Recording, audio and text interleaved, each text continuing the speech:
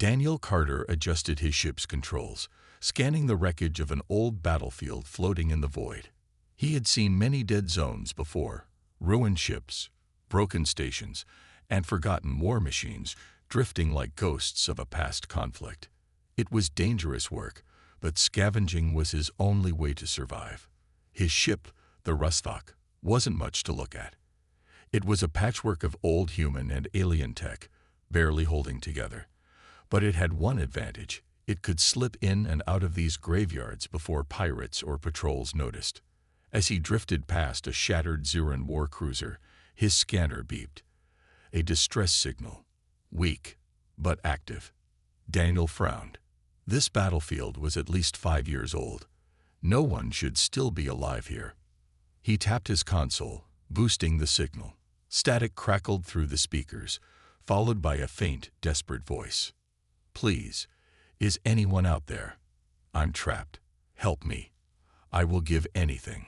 Just get me out." A survivor? Impossible. Stasis pods usually failed after this long, and even if someone was alive, it was probably a trap. Pirates sometimes used fake distress calls to lure in fools. He should leave. That was the smart choice.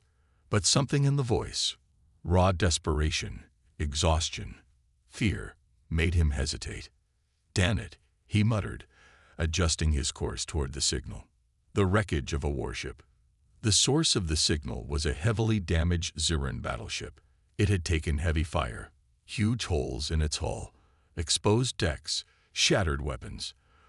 The war had been brutal on both sides, but Daniel had never seen a ship this wrecked still sending a signal. He activated his ship's scanners. No life signs detected. Great. Either my scanners are broken, or this is a ghost ship. Still, he moved forward, docking his ship near an open hangar bay. The airlock hissed as he stepped inside, pulse rifle ready. His boots echoed in the silent, dark corridors. The ship smelled of old metal, burnt circuits, and something stale. Years of trapped air with no life to breathe it. Emergency lights flickered weakly. Every step made him feel like he was walking through a tomb. Then he saw it. A stasis pod, cracked but still powered, in the middle of a control room. Inside, a figure was barely visible through the glass. A Ziran female, her silver-blue skin dull, her long white hair floating weightlessly in the stasis field. She was alive. A desperate plea. Daniel approached carefully, reading the pod's status. Power failing. Vital signs weak. Stasis failure in 12 minutes. He exhaled sharply. 12 minutes before she was gone forever.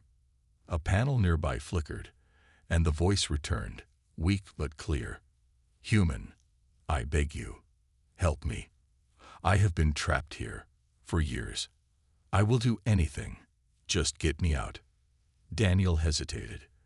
A Ziran noblewoman. Why was she here? During the war, the Zirans were humanity's most dangerous enemies. Taller, stronger, faster.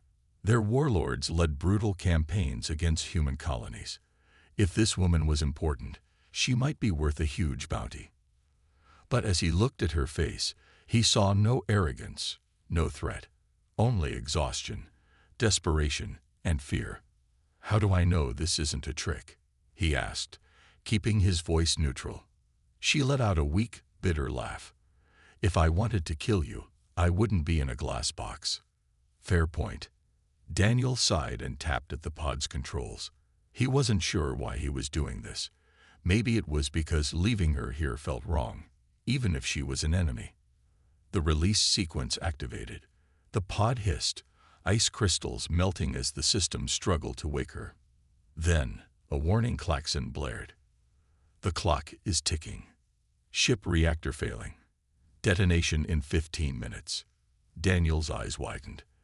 The ship was about to blow. He grabbed the Ziran as she collapsed into his arms, her body weak from years in stasis. She was heavier than she looked. Zirans were dense with muscle, but there was no time to think about that now. "Can you walk?" he asked urgently. She shook her head weakly.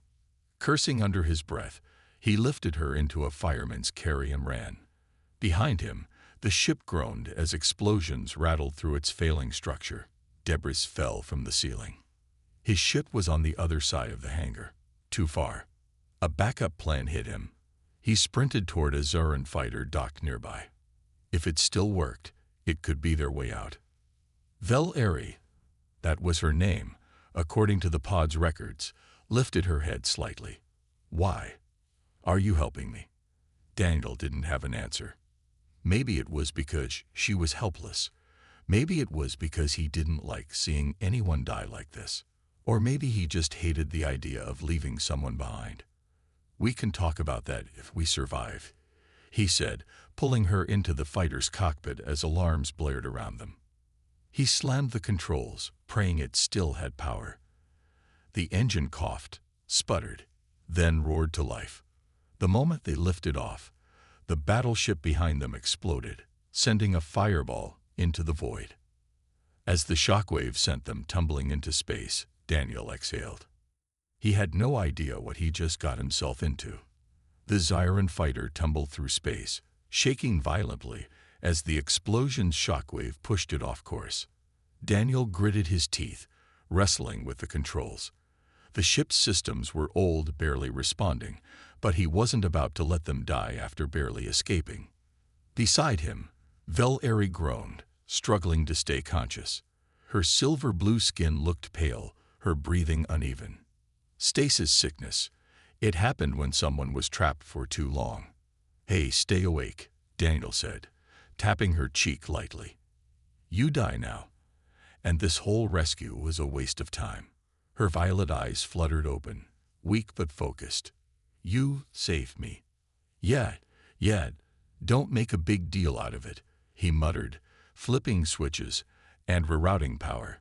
The ship's thrusters coughed back to life, stabilizing their flight.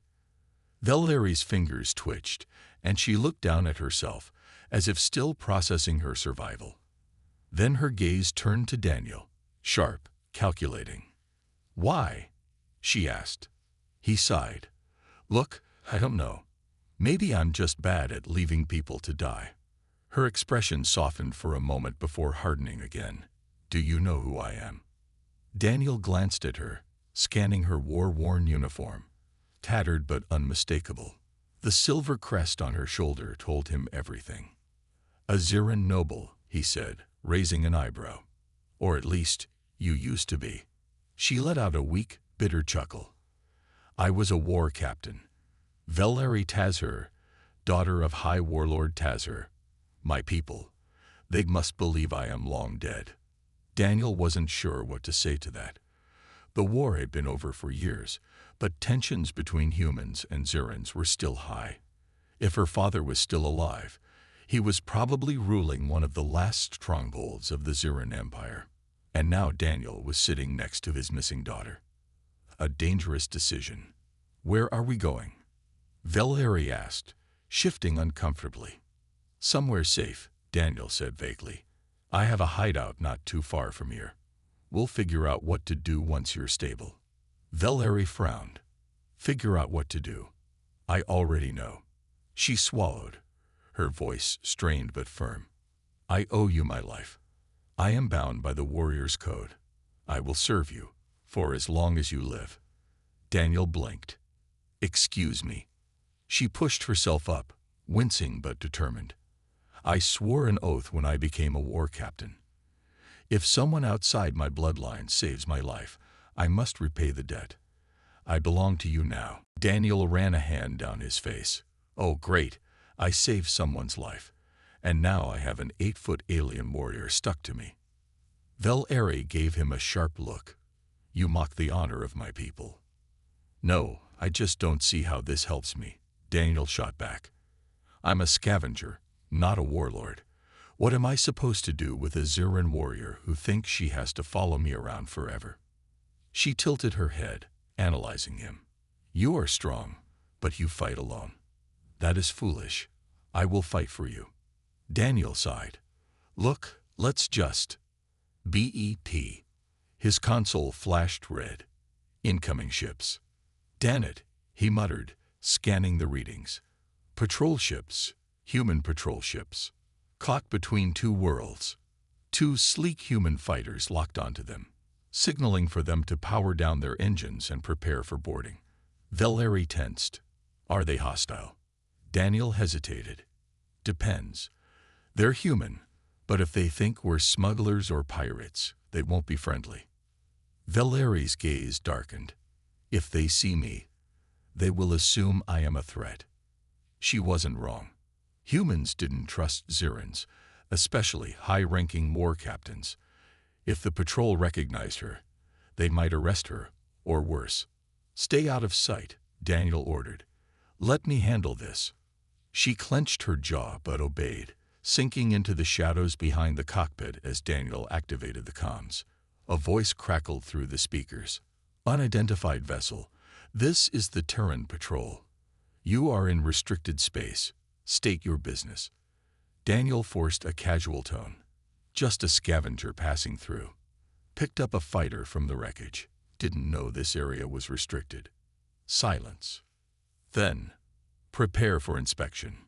Daniel's grip tightened on the controls. This was bad. If they scanned his ship, they'd find Valerie. And if they found her, she would be executed on the spot.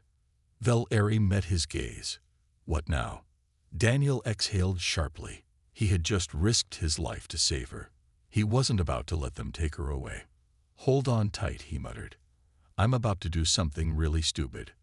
Before the patrol ships could lock onto them, Daniel slammed the thrusters to full power and sent the fighter into a hard dive toward the nearest asteroid field. The chase was on. The fighter's thrusters roared as Daniel dove into the asteroid field, weaving between massive chunks of rock that drifted silently in the void. His hands were steady on the controls, but his mind raced. Behind them, the two human patrol ships pursued aggressively, their weapons locked on his ship. Warning. Hostile lock detected. The onboard system blared. No kidding, Daniel muttered, jerking the controls to the side just as a plasma blast zipped past them. Behind him, Valerie held onto the seat for support. Her violet eyes were wide, her body tense as the ship twisted through narrow gaps between asteroids. You are insane, she said through gritted teeth. You're just figuring that out now. Daniel shot back, narrowly avoiding another rock. A warning light flashed, shields at 30%. If they took another direct hit, the ship wouldn't hold together. A desperate maneuver. Daniel glanced at the sensor screen. The patrol ships were still gaining. They were faster, better armed, and had backup if they needed it. His ship was an old fighter, barely holding itself together. He needed a plan. Valerie leaned forward. Let me take control of the rear guns. I can hold them off. Daniel hesitated. Giving a Ziran war captain access to weapons was probably the dumbest thing he could do. But right now, he didn't have a choice. Fine, he said, flicking a switch. But no killing. Just keep them off us. Valerie's lips curled slightly. Understood. She moved quickly, sliding into the gunner's seat at the back of the cockpit. Her fingers flew over the controls, activating the ship's rear cannons. The patrol ships fired again. Valerie responded instantly, unleashing a precise volley of laser fire. The shots didn't hit the ships directly, but they struck the asteroids around them, sending massive chunks of debris flying into their path. One of the patrol ships veered hard to avoid a collision. The other wasn't so lucky. A small asteroid slammed into its shields, sending it spinning out of control. Nice shot, Daniel said, impressed. Valerie smirked. I never miss. Nowhere to run. They had gained some distance, but the remaining patrol ship was still on them. Worse, they were running out of asteroid cover. Beyond the field was open space. If they reached it, the patrol ship would have a clear shot. We need an exit, Daniel muttered. He scanned the readings. There, a moon nearby, dense atmosphere, possible landing zone. Not ideal, but better than getting blasted into space dust. He pushed the thrusters forward. Hold on, we're going in. Valerie barely had time to react before the ship lurched downward, speeding toward the moon's surface. The patrol ship followed, crash landing. As they entered the atmosphere, the ship rattled violently. The heat shield struggled to hold, warning sirens blaring. Daniel fought the controls, trying to slow their descent without burning up. Valerie gripped the seat tightly. "Are you sure this thing can land?" "Nope," Daniel said, grinning. "But we're about to find out." The ground rushed up fast. A dense jungle stretched below them, massive alien trees swaying in the stormy winds. Daniel searched for a clearing. There. He pulled up at the last second, slamming the ship into a rough landing. The fighter skidded across the ground, breaking through trees and finally coming to a stop in a smoking heap of metal. For a long moment, there was only silence. Then Valerie groaned. "You call that a landing?" Daniel chuckled weakly. "We're alive, aren't we?" She looked at him, then at the ruined ship. Barely. A new threat. Before they could recover, Daniel's scanner beeped. The patrol ship had circled above but didn't land. Instead, it sent a signal. Valerie's eyes narrowed. "They're calling reinforcements." Daniel exhaled sharply. "Then we need to move." He grabbed a survival pack, checking his gear. They couldn't stay in the wreck, not when more soldiers would be coming. Valerie stood beside him, rolling her shoulders. She was still weak from her time in stasis, but determination burned in her gaze. "You saved my life again," she said. "That makes 2 debts." Daniel smirked. "You really keeping count?" She nodded. "A warrior always remembers what they owe." He sighed. "Fine, but if you really want to repay me, then help me survive this mess." Valerie gave a fierce grin. "Gladly." As the sound of approaching ships filled the air, they turned toward the jungle. Their fight was just beginning. The thick jungle swallowed them whole. Towering trees loomed overhead, their massive leaves blocking out the dim sunlight. Strange alien creatures chittered in the distance, their sounds echoing through the humid air. Daniel wiped the sweat from his forehead, his grip tight on his blaster as he led Valerie through the dense foliage. Behind them, the enemy was coming. The human patrol ships had called for backup. Soon, the jungle would be crawling with soldiers. If they didn't keep moving, they'd be trapped like animals. "You all right?" Daniel asked without looking back. Valerie walked beside him, her breathing steady but her movements slower than before. Her body still hadn't fully recovered from her time in stasis, but she wasn't complaining. "I will not slow you down," she said firmly. Daniel gave a small smirk. "Good, because we've got company." The hunters arrive. The sound of hovercraft engines hummed in the distance, growing louder. Daniel knew what that meant. Troops were landing. "They'll spread out and track us," Valerie muttered. Daniel nodded. "We need to stay ahead of them. Or better yet, lose them." He scanned the area, looking for anything that could help. The jungle was thick, but that wasn't enough. They needed a real escape plan. Then he spotted it. A river snaking through the jungle, its dark waters rushing toward the cliffs in the distance. "We can use that," he said. Valerie followed his gaze. "You mean to swim?" Daniel grinned. "Not just swim. Ride. The wild river escape." They ran toward the river, their feet pounding against the damp jungle floor. Behind them, the enemy was closing in. Shadows flickered through the trees, soldiers moving fast, their weapons ready. Daniel didn't slow down. The second they reached the river's edge, he grabbed a thick log, shoving it into the water. "Hop on," he yelled. Valerie hesitated only for a moment before leaping onto the floating log. Daniel jumped after her just as blaster fire erupted behind them.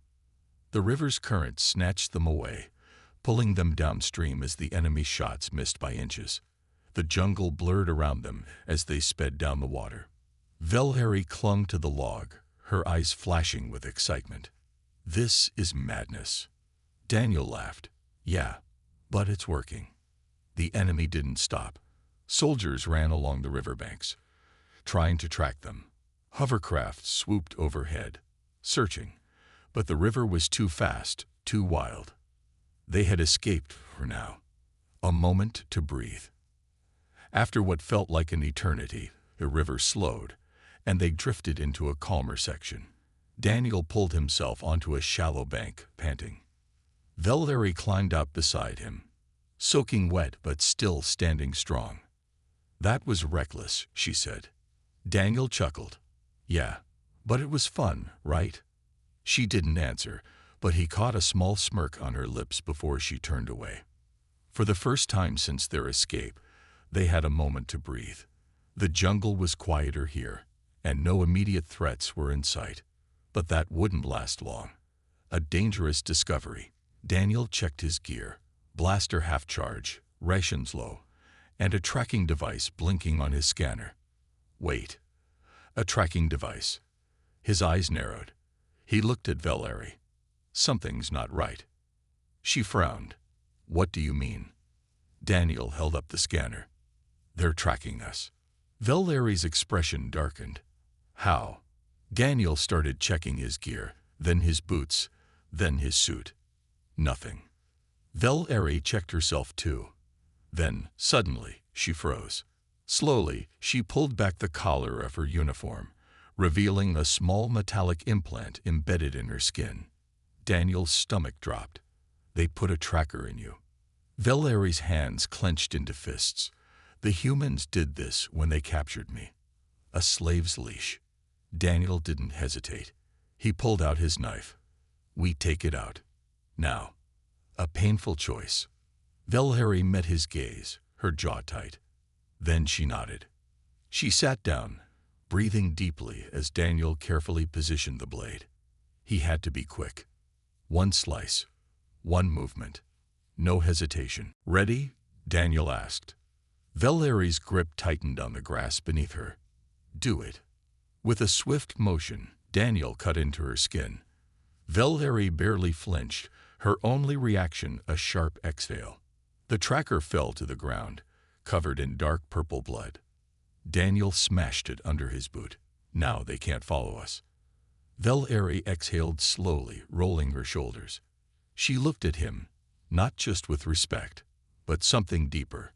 "You've freed me twice now." Daniel smirked. "Guess that makes us even." She shook her head. "No, I still owe you my life." Before he could respond, a low growl echoed from the jungle. Daniel tensed. That wasn't a human patrol. Valerie slowly reached for her blade. "We are not alone." Daniel sighed. "It never ends, does it?" Valerie smirked. "Would you want it any other way?" The trees rustled, and glowing yellow eyes appeared in the darkness. Their next battle was about to begin. Daniel and Valerie stood frozen, their bodies tense. The air around them felt thick, as if something unseen was watching their every move. Then, from the shadows, the glowing yellow eyes blinked. Daniel raised his blaster, scanning the darkness. Valerie's grip tightened on her blade. Whatever was out there, it wasn't human. A deep growl rumbled through the air, vibrating through their bones. The creature stepped forward. It was massive, at least 8 feet tall, covered in dark, matted fur. Its elongated head had jagged, sharp teeth, and its claws gleamed in the dim light. Its nostrils flared as it sniffed the air, locking onto their scent. "What is that?" Daniel whispered. Valerie's voice was low. "A Zorak beast. They hunt in packs."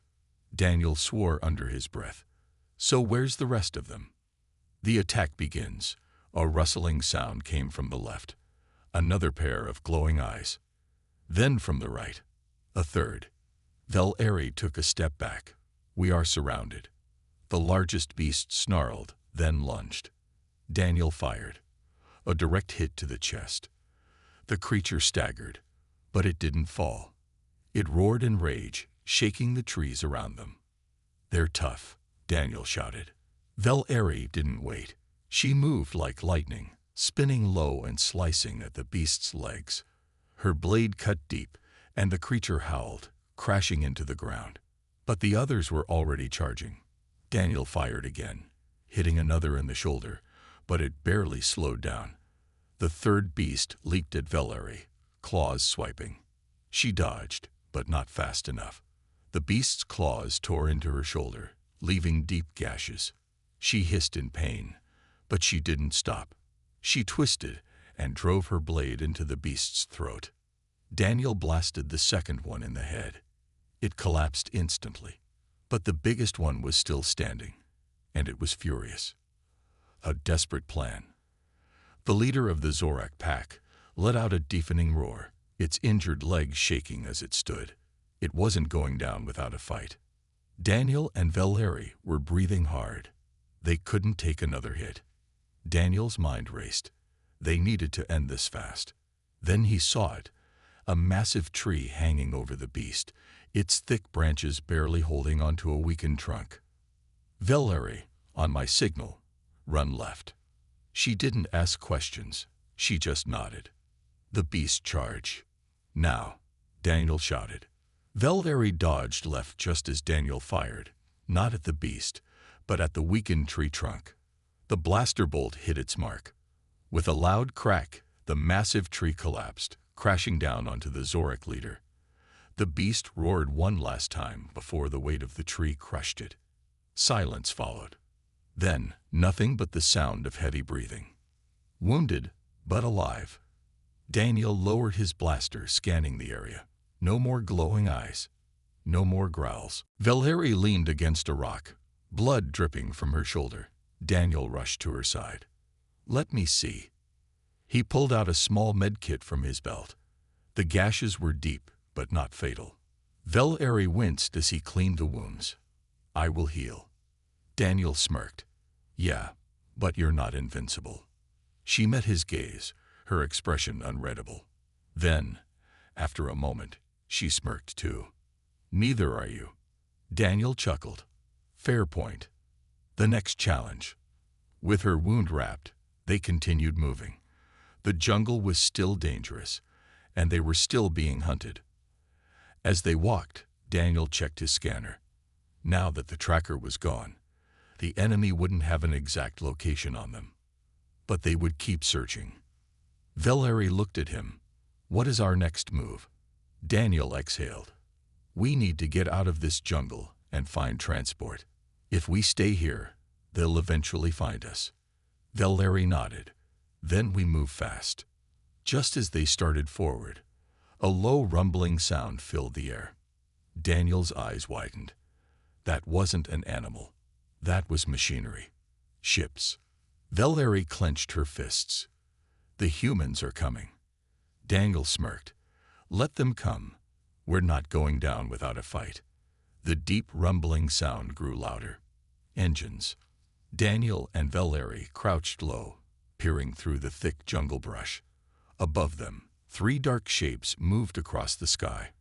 Hunter ships. The enemy had arrived. Valerie tightened her grip on her weapon. They are scanning the jungle. Daniel checked his scanner. It was worse than he thought.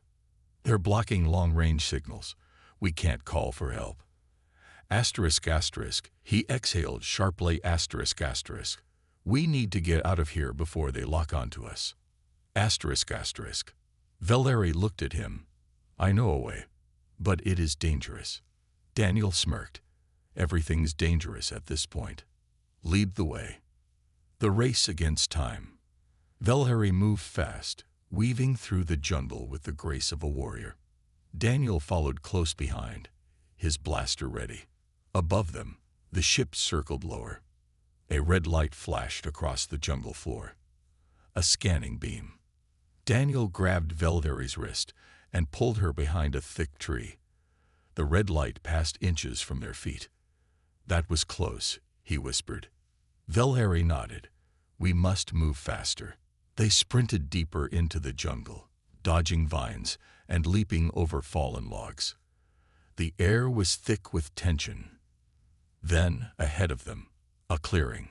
Daniel skidded to a stop. An open field. That's a death trap. Valerie pointed toward the other side. There is a hidden cave beyond it. If we reach it, we can escape underground. Daniel gritted his teeth. All right, but we run fast. Valerie smirked. Try to keep up, human. They dashed forward. The ambush. Halfway across, a sharp whistle filled the air. Daniel's heart dropped. They saw us. From the sky, the ships descended. A booming voice echoed from above. Surrender, human. You kien an ode escape. Valerie hissed. They are not just here for you. Daniel clenched his jaw. Yeah, they want you too. Then, blaster fire. Bright red shots rained down, burning holes into the grass. Daniel and Valerie zigzagged, dodging the deadly blasts. The cave was just ahead. A few more steps. Valerie lunged forward, but a force field wall suddenly activated, blocking the entrance. Daniel skidded to a stop. No, no, no. Valerie slammed her fist against the invisible barrier. They trapped us. A squad of enemy soldiers dropped from the ships, their weapons aimed. They were surrounded. Captured. Daniel raised his hands, his mind racing. There had to be a way out. A tall figure stepped forward. A Zorvan commander, his silver armor gleaming. His reptilian eyes glowed with triumph. The human and the traitor, he sneered. You both belong to us now. Valerie growled. I will never belong to you. The commander smirked. You will, once your mind is broken. Daniel stepped forward. Let her go. You want me, right? The commander chuckled. Oh, human, you are valuable, but she is priceless.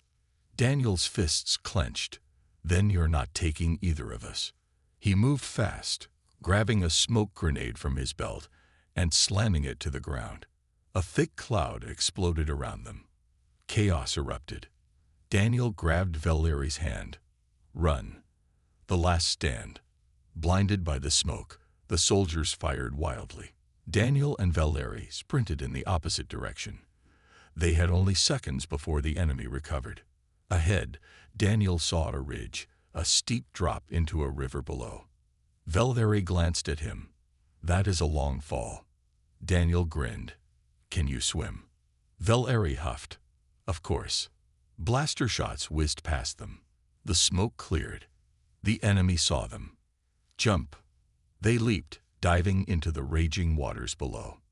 Daniel felt the rush of water dragging him downward, spinning him like a leaf in a storm.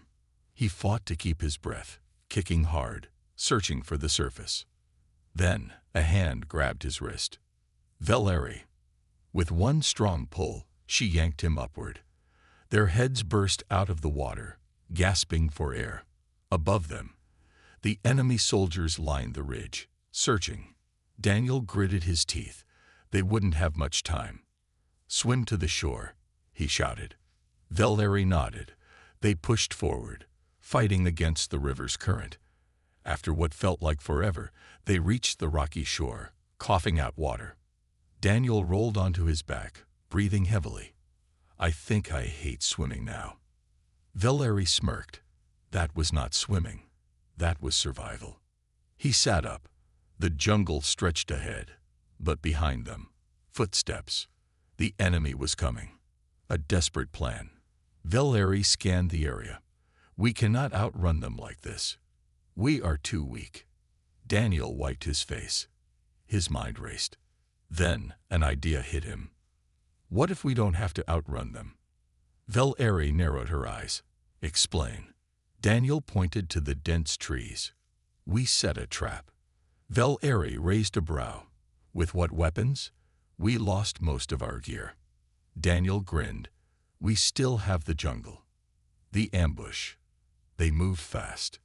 Daniel gathered vines, tying them between trees. Valerie used sharp rocks to set up spike traps. They covered the ground with loose leaves, hiding deep pits. Then, they waited. Minutes passed. Then, cracking branches, footsteps. The enemy was close. Daniel held his breath. The first soldier stepped into the trap and was yanked into the air by a vine snare. What? Then, another fell into a pit, shouting. Chaos erupted. Blaster shots fired wildly as the remaining soldiers panicked. Vel'Ari grinned. Your plan worked. Daniel smirked. Told you. But then, a loud hum. They turned. The commander stood there, holding a glowing blade. The final fight. Clever, the commander growled. But you cannot win. Daniel stepped forward. Let's find out. The commander attacked, moving fast, his blade slashing through the air.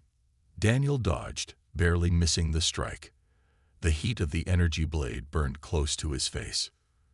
Vel'Ari lunged from the side, but the commander blocked her attack with inhuman speed. You are both weak, he sneered. Surrender. Daniel smirked. Not happening. He grabbed a handful of dirt and threw it into the commander's eyes. The alien roared, blinded. Vel'Ari took her chance, delivering a powerful kick to his chest. The commander stumbled. Daniel tackled him, grabbing his own knife and slamming it into the alien's armor. The commander gasped, then fell. Silence. Then, the jungle exploded with light. A ship hovered above them, but it wasn't the enemy. Rescue and a promise. Vel'Ari's eyes widened. That is my people. Daniel let out a breath. Finally, a ramp lowered. Vel'Ari's warriors stepped out, weapons ready. A familiar voice called, Vel'Ari, you are alive. Vel'Ari turned. Her brother, the prince, stood there. Daniel watched as they embraced.